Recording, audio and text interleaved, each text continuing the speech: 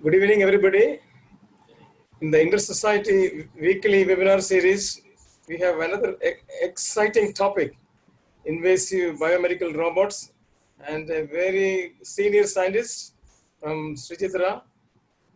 Everybody is waiting for the opening of the program.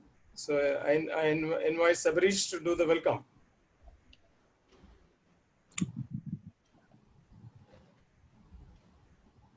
Good evening, all,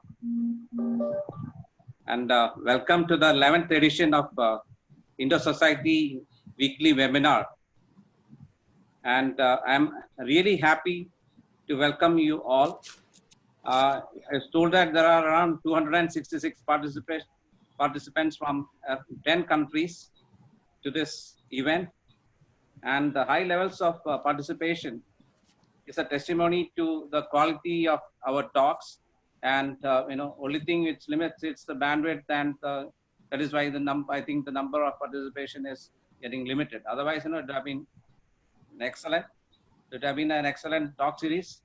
And as Suhail mentioned, today we have with us Dr. Nagesh, who is the senior scientist at Sri Chitra Institute of Technology and is the biomedical wing. So welcome, sir. Thank you. And I once again welcome on behalf of the Inter-Society. I welcome all the participants and the host, and and let us take to hello. Yeah. Once again welcome, and sure the best luck. Okay, sir. Okay. Jayashree, Dr. Jayashree. Yeah. Today's distinguished speaker, Mr. D.S. Nagesh, is currently working as a senior grade scientist in the biomedical technology wing of Sri Chitra Tirunal Institute of Medical Sciences and Technology, Pujapura. Mr. Nagesh is a graduate in electrical engineering from Kerala University and took his post-graduation in biomedical engineering from IIT Mumbai. He has more than 3 decades of experience in design and development of cardiovascular devices like oxygenator, blood pump, hemoconcentrator, left ventricular assist device, pilot plant production and technology transfer, as well as quality management system implementation for the testing of medical devices and its running. He scored co-awardee of National Research Development Corporation Meritorious Invention Award 2006 for the development of membrane oxygenator. He holds 18 patents on medical devices. He was the head of Department of Technology and Quality Management at SCT-IMST for a 3-year term during 2016-18. And he also has worked with the Total Artificial Heart Development Program at Department of Biomedical Engineering, the Cleveland Clinic Foundation, Ohio, USA, and Boy Scouts Fellowship of Department of Science and Technology, Government of India. He is a fellow and the past president of the Society for Biomaterials and Artificial Organs, India. So on behalf of the organizing team of this Inter-Society weekly webinar series, I once again welcome you, sir, to the session and to start the session. Thank you. Thank you. Thank you very much for the nice words. I'm happy and delighted to be here with this august audience, though not physically because of the situations. Let us have a good evening with all of you, sharing some of my knowledge. It is not what we are doing here, but it is what is going on elsewhere. So I have to be very clear about it. It's a very advanced technology which is going to come maybe in decades later. So I'll share my screen.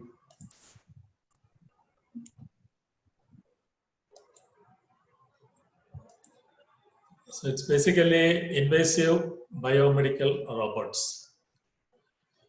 So my presentation layout, I'll briefly give an introduction of the topic.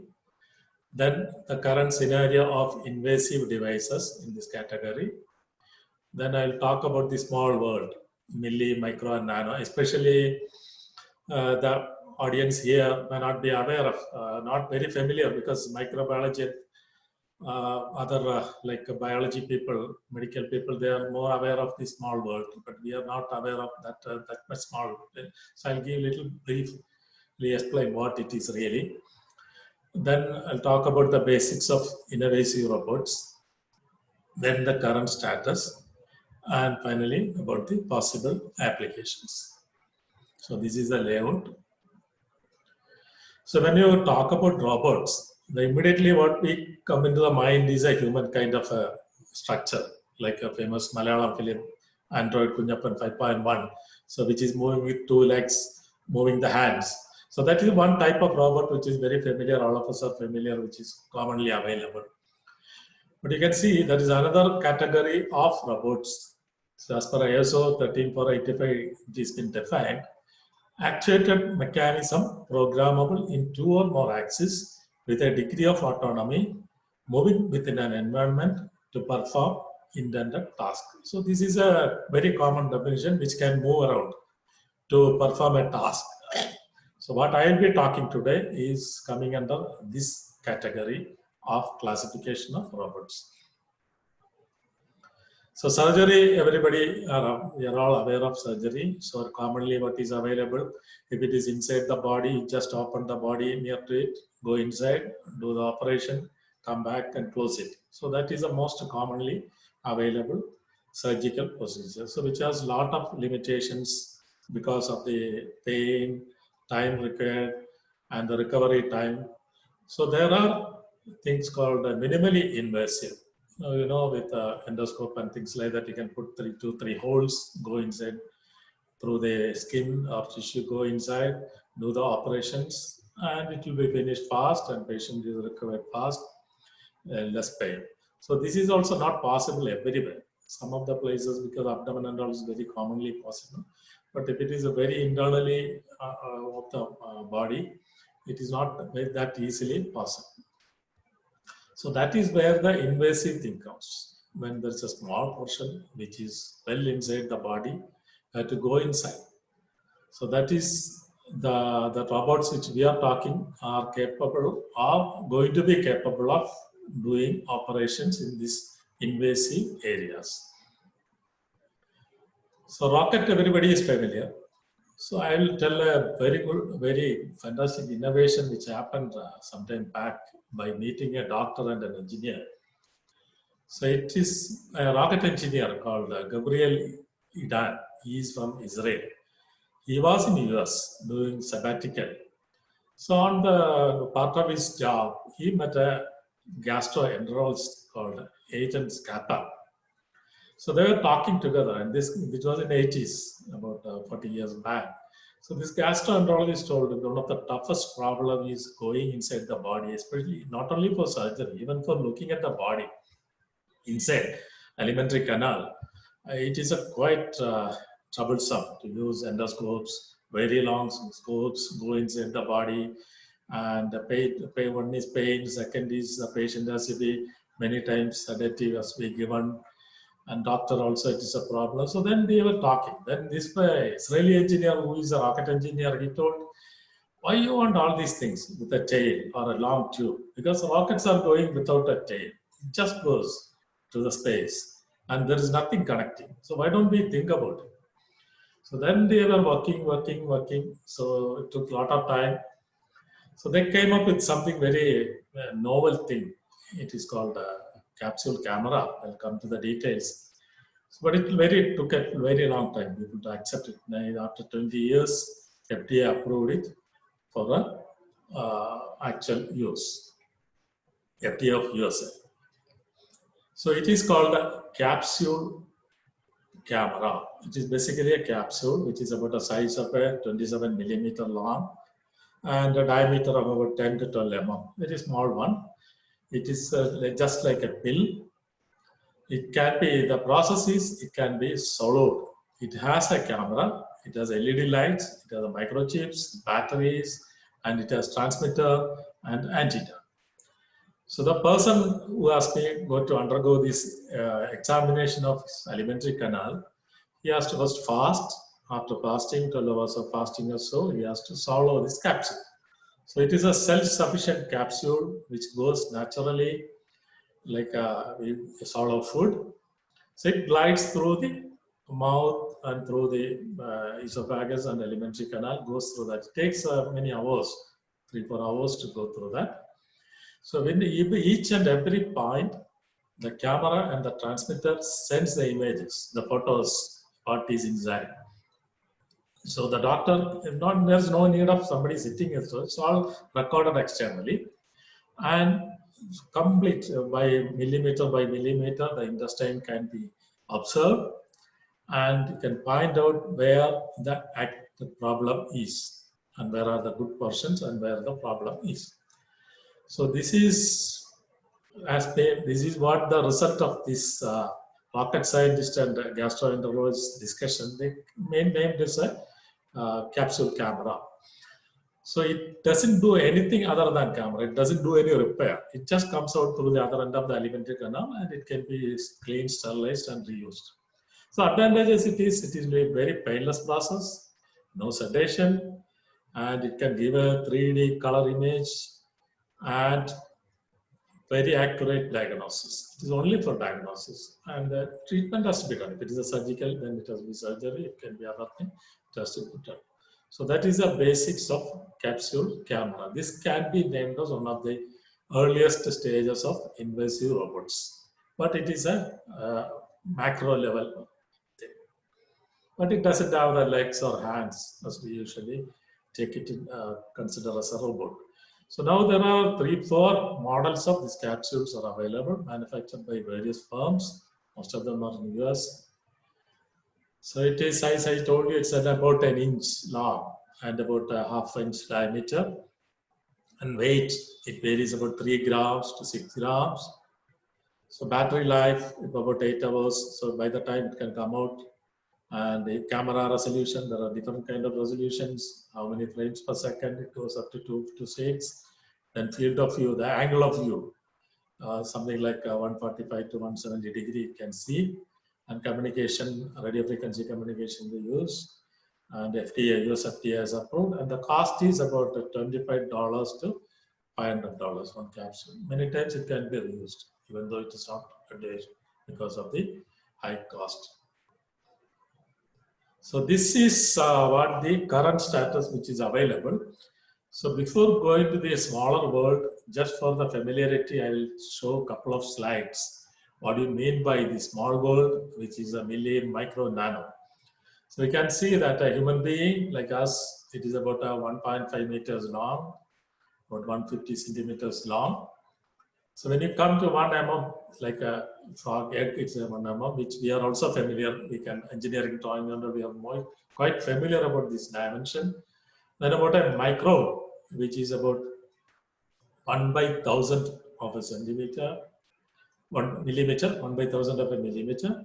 So that goes to a very small world which we cannot normally see. Up to about 50 microns, we can see, like our hair is about a 50 to 60 micron size, which we can see by naked eye. The moment we go to the smaller world, we need microscopes. So light microscope is one thing which you can see in the micrometer world. And if you go below that, then you need electron microscope. So like our bacteria, viruses, proteins, atoms, all of them will come in this nanometer region. Just put this scale in the another way. See what is 1 nanometer. So we have gone from the other side. Now we will see the other side. So if you take a nanometer, you can see about a 1 million nanometer is the pencil tip, what we use generally. That is about a millimeter. Then you can see a tennis ball, which is about a 10 to the power of 8 times of a nanometer. You can see there are a lot of things on this area. So put it in one more slide. I'll put it in this area to just confirm what is the size of it. You can see our visible light, which is a nanometer starting from 400 nanometer in the lower end to 700 nanometers in the upper end where infrared. Beyond that, it is infrared. Below that is called ultraviolet. So that comes in the nanometer. So beyond that, if it is below 10 nanometer, what we use in X-rays. So gamma rays are till for smaller. Radio waves comes here, or All of them is in about a centimeter to a few meters length. So this is about the size, and you can see what is the radius of electrons. I just put because most of the engineers are not familiar with the size of what is a nanometer looks like. So lithium electron, lithium has 3 electrons. It has a radius of about 1.5157 nanometers. One of the biggest atoms is called cesium with 55 electrons. That is about 0.272. That is not even 1 nanometer. So this is the size which we are talking about. So how this has come? So this nanometer technology is not very old. It is maybe about 30, maybe max about 20 to 30 years old. But the concept has come in 1959. The famous Richard Feynman has written a lot of books on physics, very good orator. So one of his talks in the annual American Physical Society meeting in Caltech, nobody was aware of this nanotechnology. So that time he made just a statement. There is plenty of room at the bottom, which he was also not sure, others are also not sure what is going to happen. But it was there. It just mentioned, this is the first mention about the room at the bottom, which is at the nanometer scale. So from that, the first statement started all the future developments. So when you go to a macro world, which is a millimeter, micrometer, or a nanometer, there is a lot of difference from the macro world which we see here. From the engineering point of view, the macro world, one of the very, very common thing is gravity. You put anything, it falls down. There is no support. Then inertia. Whichever is staying there, it will continue to stay there. So these two effects are very, very common. Most of our life is based on these two. But when you go to the micro world, these two doesn't exist much. Not even much, but it may not be there at all. So there, what is dominant is electrostatic forces, because what we are talking about, atom or electron level plus lot of space. So instead of we see the planet with the space with a lot of planets in between, this is a small world where atoms are spaced, electrons are spaced in a very, very long space. We look at in that level. Surface tension is quite strong there. Then this van der Waals forces. So that is also the force between the surfaces or electron. That is also very, very, very strong there. So for example, this is that water cannot flow through microfluids. So because of the large surface tension, which will stay there, which we can see in very micrometer tubes, which will just stay there. So these are the totally a different world.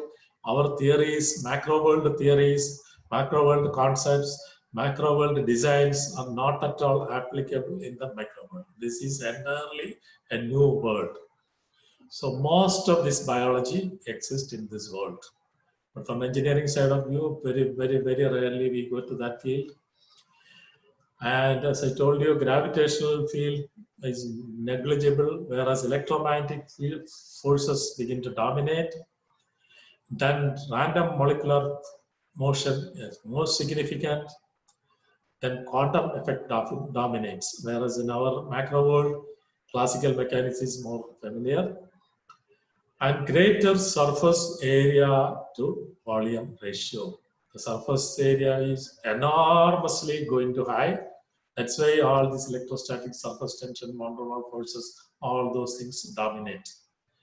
Then surface and interface properties, there also dominates. So this is the macro world, which is totally different from our micro world, which is different from our macro world. So this change in surface area, which is one of the most dominant thing, you can see here, see, take a 1 centimeter cube, which has a surface area, 6 surfaces. Surface area is 6 square centimeters, right? And you make it into 1 millimeter cubes, divide it into 1 millimeter cubes. The total surface area will become 60 square centimeters, instant times. just go make it into 1 nanometer cubes.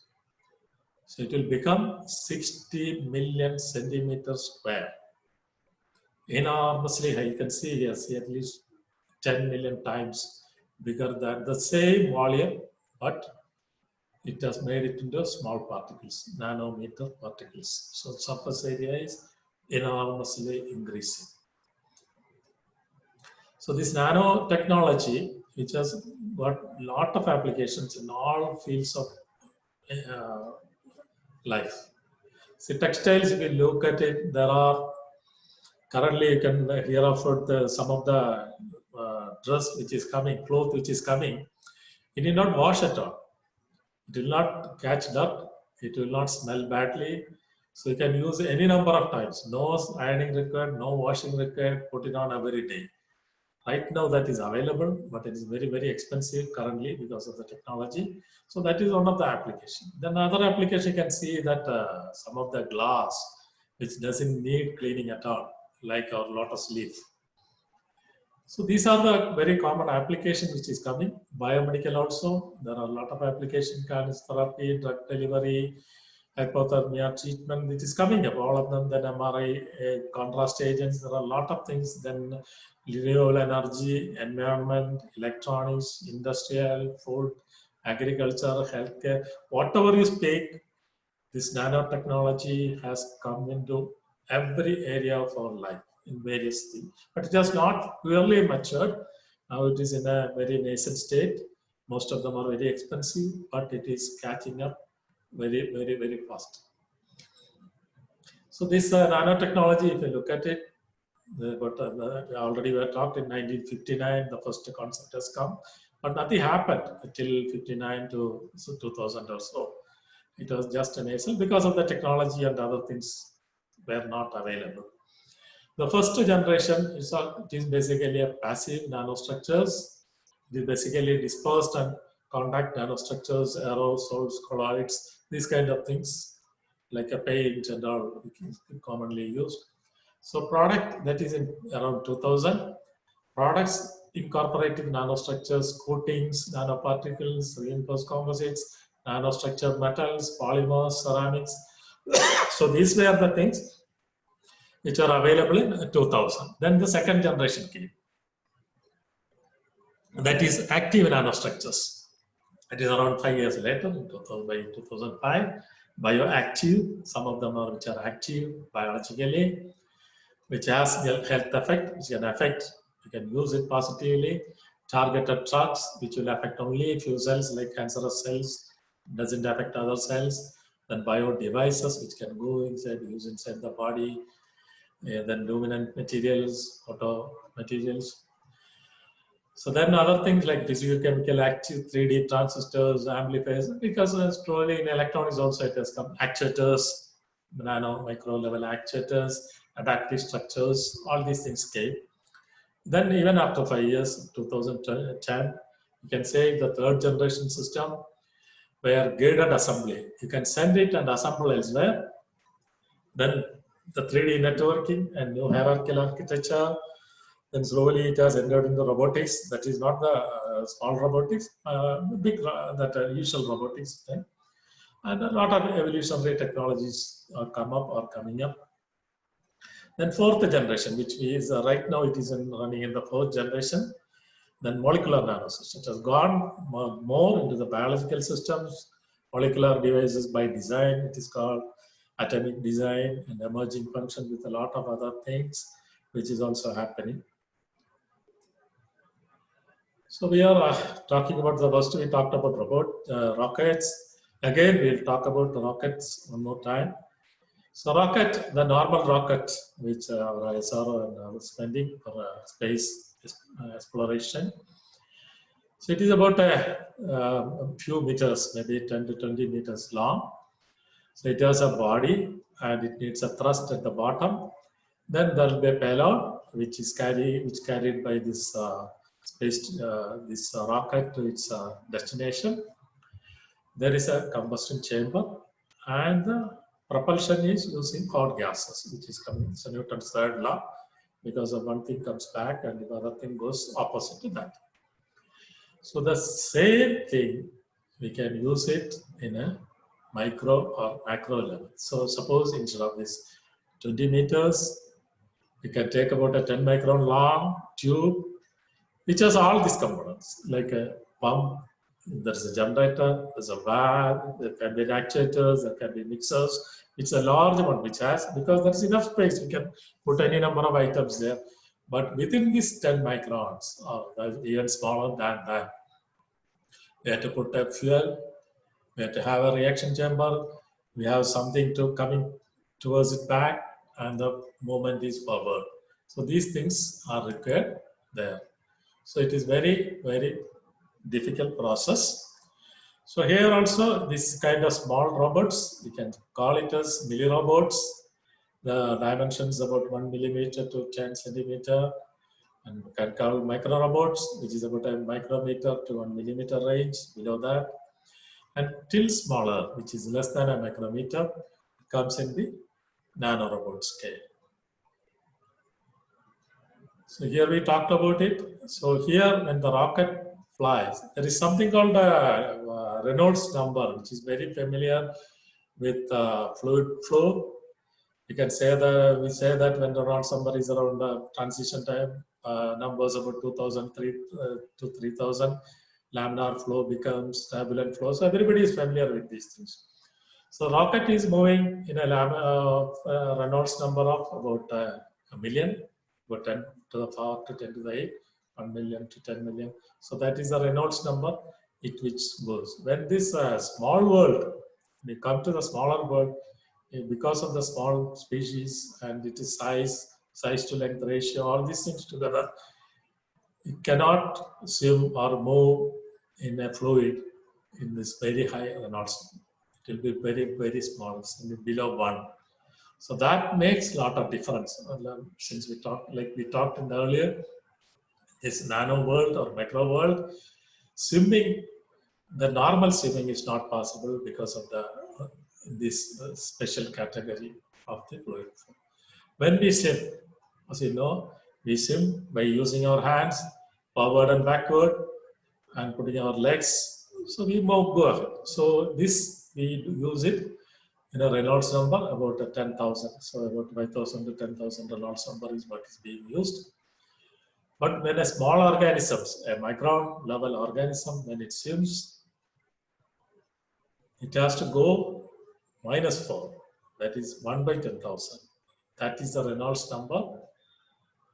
It works. So you cannot use this swimming like us, we do the forward and backward motion, or this like rowing a boat, or by an impeller, or by a turbine. These are all you, unless there is a higher Reynolds number or the viscosity is that high, it cannot move, it cannot propel, it cannot generate energy, or it cannot generate force. So these smaller ones, totally a different action. It cannot swim like what we do. So here you can see here, say, in the swimming world, like a whale or a shark, which is few meters long. They use a Reynolds number like us, about 10 to the power of 4. Small fishes, the Reynolds number will be much smaller than like a sperm, which has still lower sperm. Bacteria, virus, all these things come together. They are working in a Reynolds number, which is sub 1 level, that is below 1 by 100 or 1 by 1000. So they cannot swim like what the way we swim. So how do they swim? How do they move? So there are two kinds of movements, very commonly available with the micro world, biological world, nature from the nature. So one is called flagella, that's kind of species of small things. What they move is propeller-like motion. They just twist their tail and move. So that is one kind of motion. There is another kind of motion called cilia. That is this back and forth motion. So they just move back and forth. They can move at times. But this velocity and all very, very, very small, not like our velocity compared to our swing. So these kind of motions, so this is a basic biological motion. So these kind of motion from engineering side, you can produce it using electric propulsion, magnetic propulsion, chemical propulsion, using thermal propulsion, and photoresponsive propulsion, pressure driven. There are a lot of engineering principles which we can use to propel these kind of small things at a low Reynolds number. So these principles, they are used in the high Reynolds number area also, but this has to be done in a very different manner. We can apply into the micro nano area. So there also it can be classified in a fuel powered, there can be fuel free, there can be using propellers, and this also using, there are a lot of kind, because fuel is taken not like our petrol, diesel, or like a solid fuel which rockets or liquid fuel like rockets are using. So these are all basically chemical phenomena like hydrogen peroxide oxidation, glucose oxidation, or by water oxidation. Then acids and bases, they react each other, can be used for propulsion. Then fuel free, like a magnetic electrical forces like light or ultrasound, or by living organs. You can use these small living organs like a propeller. Then electrophoresis can be used, interferential surface tension can be used, bubbles can be used. Then diffusophoresis. These are different technologies which are used. So there are various mechanisms which can be used. So this is one single mechanism. So you can take a small micrometer length tube and can have a hydrogen peroxide. If you can oxidize it, it will create oxygen. That oxygen can give propulsion. So this will move the device forward. So it may be a few micrometers per second, but it will move ahead. So this small thing can be used for propulsion. So if we can deliver it to some area, and if you want to suppose a cancer cell is there, so we want to attack only one cell or two cells, this can definitely go there. So this is one way of propulsion, but practically there are a lot of problems. What will happen when hydrogen peroxide oxidizes? All these problems exist, but these are the concepts. We have to find out ways of using it for biological purposes. So here also you can use like bubbles. You can use the micro bubbles. So when you have bubbles, you can generate inside a small tube and propel it, put it outside. This will give a motion like our usual rockets, and it can propel. This is another way of doing it. Then another interesting thing, like if you have a small piece of bimetal, platinum and gold. So by virtue of its catalytic action, it will again generate, decomposes, and the force generated by it can move the small piece of bimetal will move towards the platinum side. So gold side is in the back and it moves towards the platinum side. This is a very interesting phenomenon. A bimetal small piece of a string can use as a propeller. So nothing else is required. You take a thing, just put it there, it will just works. So this is called as Janus microsphere. So Janus is like our Greek goddess Janus with two faces front and back. So here also something like there is one side platinum, and another side can be a ceramic kind of thing which can liberate oxygen.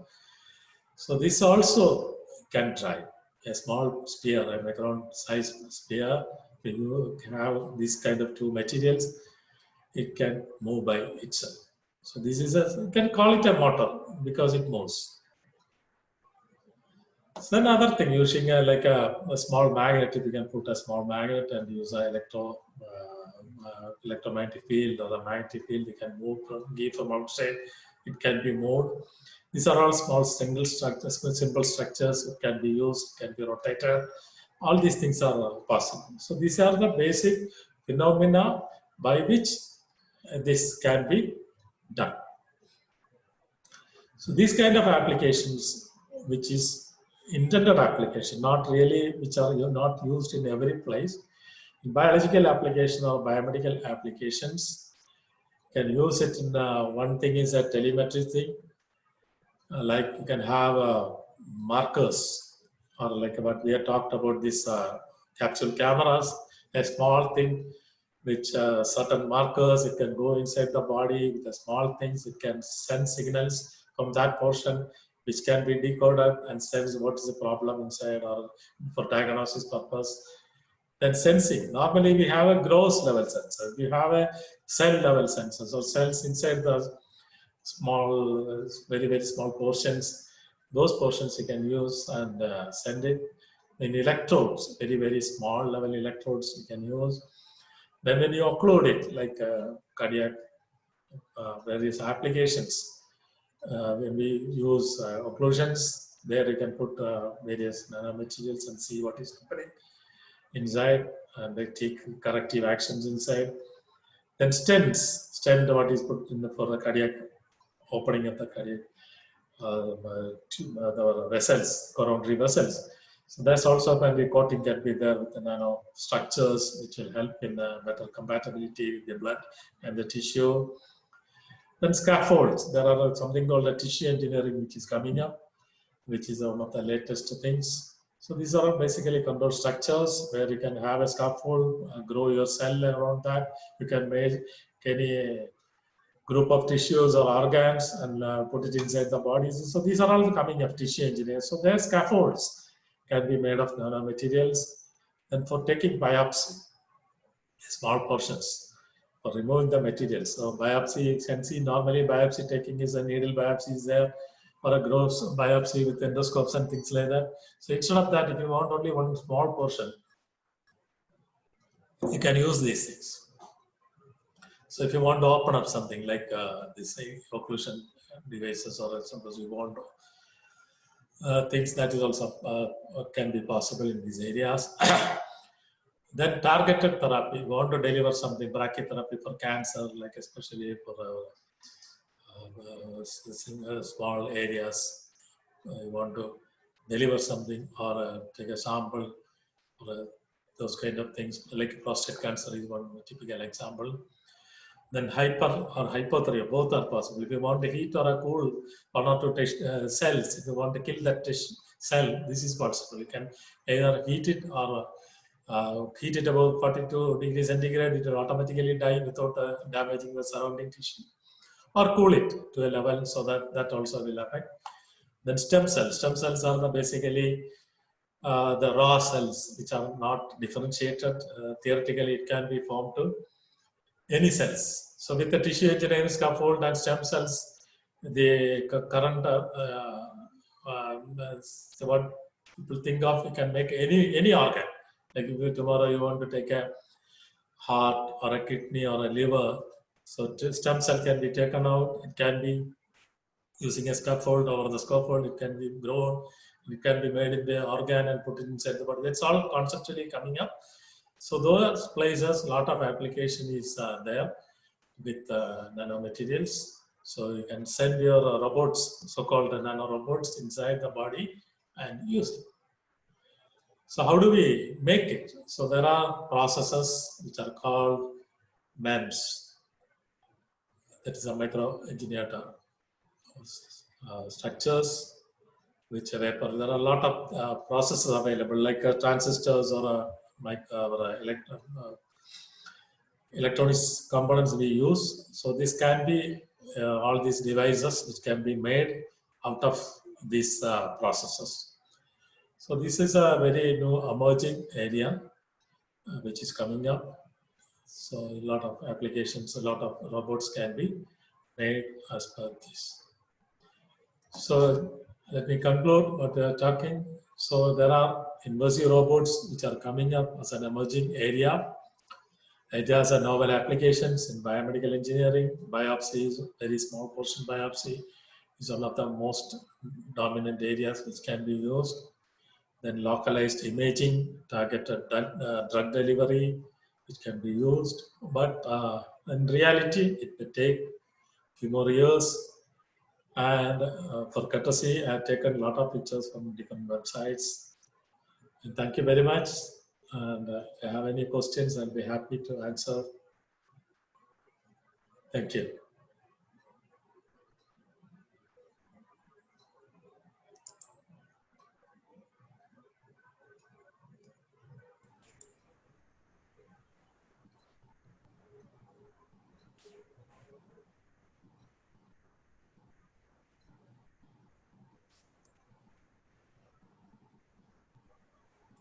Hello.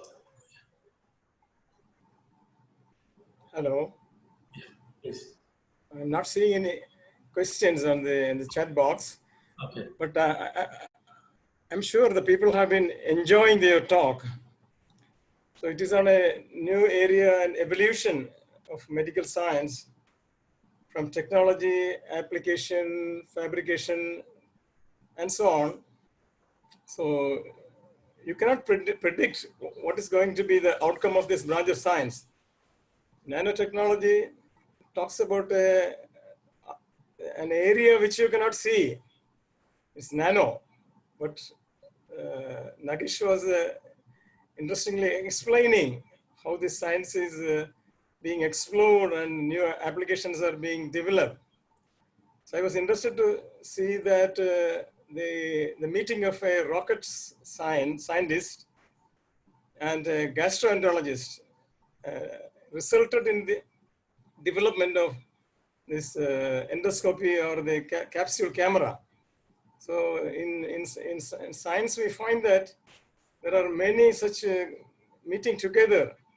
I have read in a book on cybernetics that a Russian engineer, Amasov, he was basically an engineer. Later, he learned medical science, and then he wanted to develop a machine that can replace heart when an operation is done. So that led to the development of heart lungs machine. So sometimes here it is one person doing two branches of science. Nagesh was talking about a rocket person and a gastroenterologist, resulting in a novel discovery in medical science.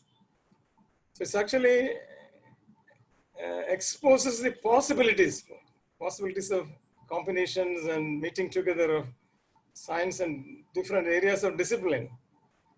So I really enjoyed this talk. It's talking from the fundamentals to the application level. So it gives a great exposure on the technological front and what's happening in the laboratory.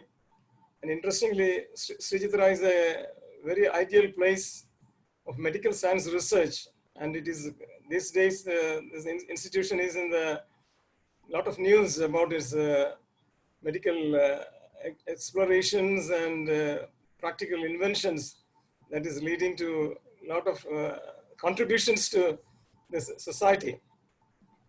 So I'm very happy about this topic, the way how it was presented. It was just like a storytelling. So it was with a smile on his face and demonstrations and illustrations. He was able to take us through a technological world which is unraveling its huge potential in the coming days. Yeah, thank you very much. There are some questions.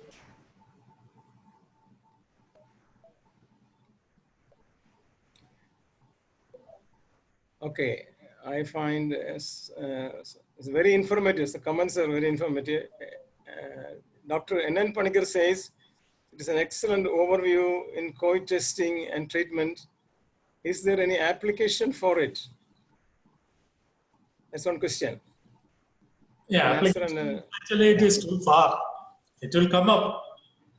But it is right now, these are all the application perceived or planned. So it will come in with the time only. Another question from Shantagamaran Pillai. One second.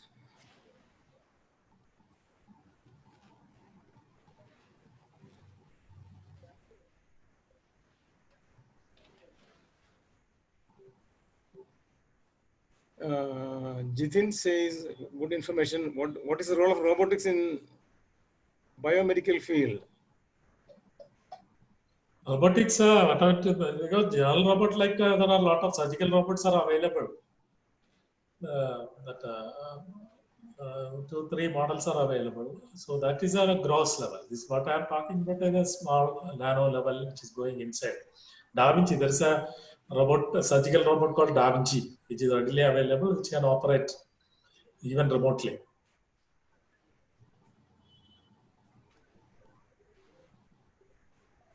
Excellent talk. This capsule-based endoscopy is in use now. Shantakumar Pillai. Endoscopy, even India, it is available. It's available. Only thing is very expensive. Ashok Kumar is asking, how do we test these devices? Testing is normally any medical device. There are various ways of testing. One is first is the way of in vitro testing. It is called without using a live body in the laboratory scale. There are various of fluids like body fluid, identical fluids are available, which are in vitro, called in vitro testing. Then it can be tested in animals, and finally it can be used in human beings. First clinical trials, then general use. Question from Kiran. Sir, is there any other area where we can use in nanotechnology? Nanotechnology, as I told you in the beginning, every field. Wherever you can use technology, you can use nanotechnology too. Every area. Question from Bhavana. What is the role of robotics in the biomedical field? That I think already it has told. So biomedical, Da Vinci like surgical robots, they are all very commonly available. Venkateshan, where is research in India happening in this field? The small level for medical application like a targeted delivery and all people working, even in our institute, people are working on targeted delivery. But as a robot with a mechanical component, electromechanical components, that is not common. It is basically sending a small microsphere inside the body by injection or otherwise. Question from Zahir Bashir. Can you explain the Janus motor? Janus, I told you, is a bimetal. Like a bimetal, you can use it for anything. So use it there, it moves automatically. One side, towards the platinum side.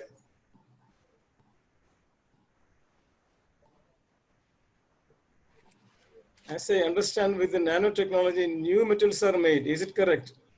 Same. Metal is same because the properties of metals at nano level is different. It may not work in the same level. The gold, if you take gold at nano level, the properties of golds are different because of the environment, because of the properties there. It cannot work as a gold. It is a pure, like an atomic level it works. But properties of, gross properties of gold, what we see in our macro world, will not exist in the micro nano world. Son Gangadharan. Thanks, Nagesh, for your excellent topic of nanotechnology in a simple way. Thank you. Another comment is excellent informative session. Question from D. Dhanalakshmi. How is it possible of removing the invasive endoscopy without any damage to our organs? Yeah, so only this has to come out also. What we sent inside, it should come out also some way. Francis Joseph, when these devices will be manufactured in India? Very difficult to predict. Depends on the new generation. The new generation people, how they work fast and active. Shantakumar Pillai, in India, this capsule-based endoscopy is available? If so, where?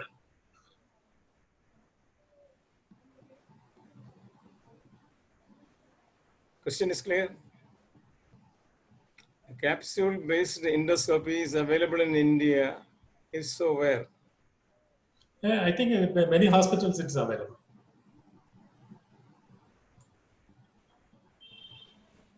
So it's a very simple thing. You can buy it the moment you have a much of about $300, $400 you can send. It can be bought, and only thing that recording things and outside instrument is required. Question from Chandana. How are the ethical issues related to nanotechnology handle, sir? So that any good thing will have evil also. That is the discretion of the human being to use it for good things.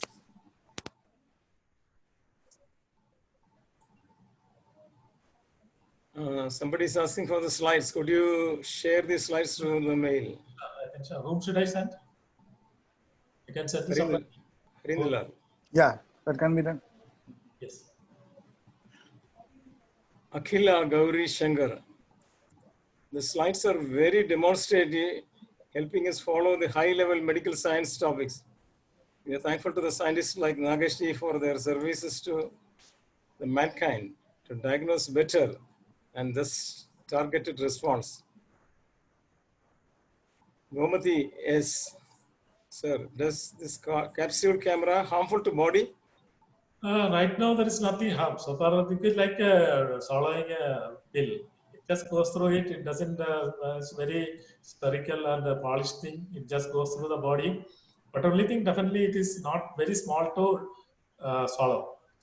It goes about a 10 millimeter diameter and a 1 inch length. The first swallowing will be difficult. The rest it goes. It goes out through the other side of the alimentary canal. Just naturally goes.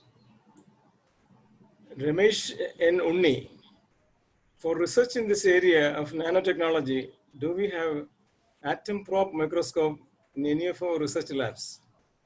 Some of them are there. Atomic microscopes are there. AFMC, not that AFM. These are all there, available. But not for these applications, but commonly available. Question from Bashir. Nanomaterials can also be hazardous. Yes. They can be inhaled and may be damaging to the lungs, Any depending on the shape of the particles. particle to special beyond a precautions. level, it is harmful. Even food is harmful beyond a level. So this also has that is the discretion of the human being. Put it for use it for a good things. Can the operation be performed remotely? Yes, remote means it's outside the body. So it can be so once it is there, the technology goes up from the near to the body, you can put it outside and take it to any place. Francis Joseph, excellent presentation. Thank you. Thank you. Thank you very much. P. Jayman to everyone. What motivated you to enter into nano field? Nano field is a quite wide one. And in fact, what happened is 2-3 years, couple of years back, we were preparing a vision for 2030 with our institute, Sri Chitratanal Institute. So that time I was going through a lot of literature on what is going on new. So this is found out to be a very, very cutting edge technology, which is not really possible in near future for us, but it is definitely it will come in. It will come, it is required. So that's why I got interested in this area. So that were a volley of questions from the audience. Really enjoyable, good answers. There is one more question from Venkatesan. Which are the technology development centers in India of this technology?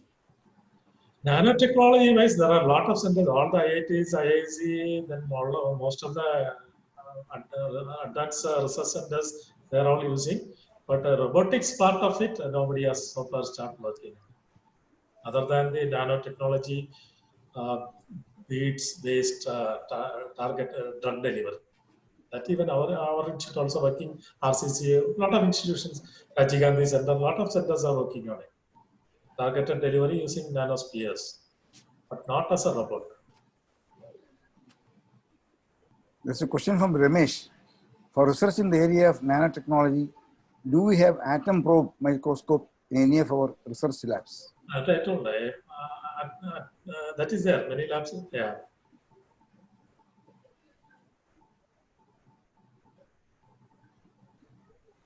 The questions are over. We will pass on to the next item. Thank you everyone. Shabari to give the vote of thanks.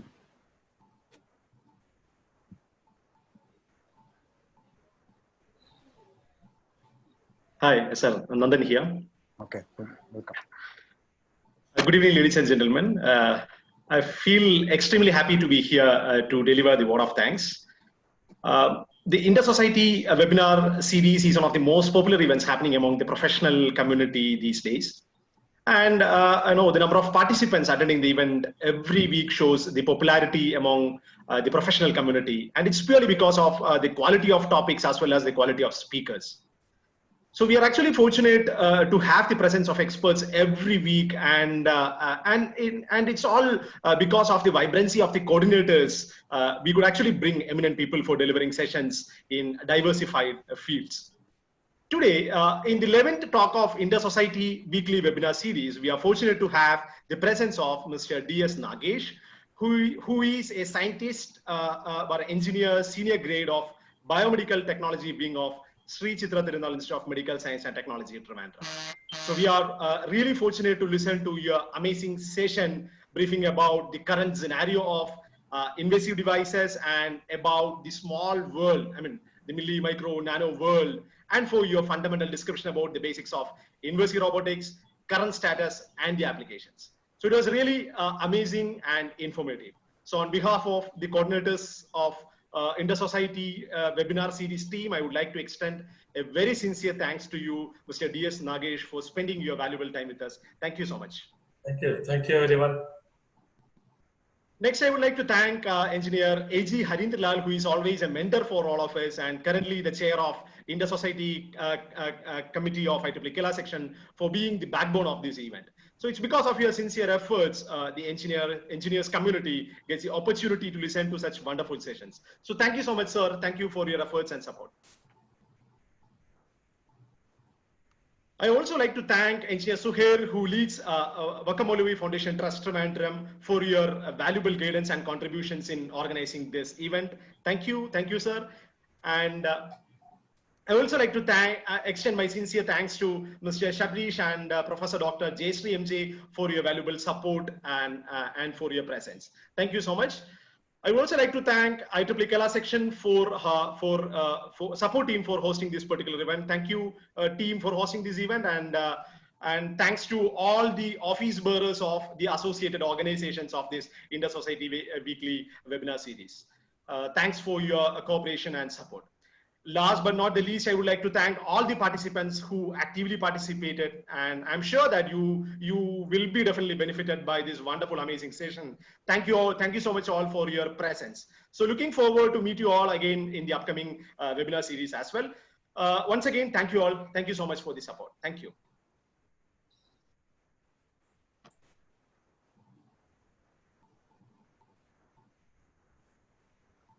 Shankar, the last sheet.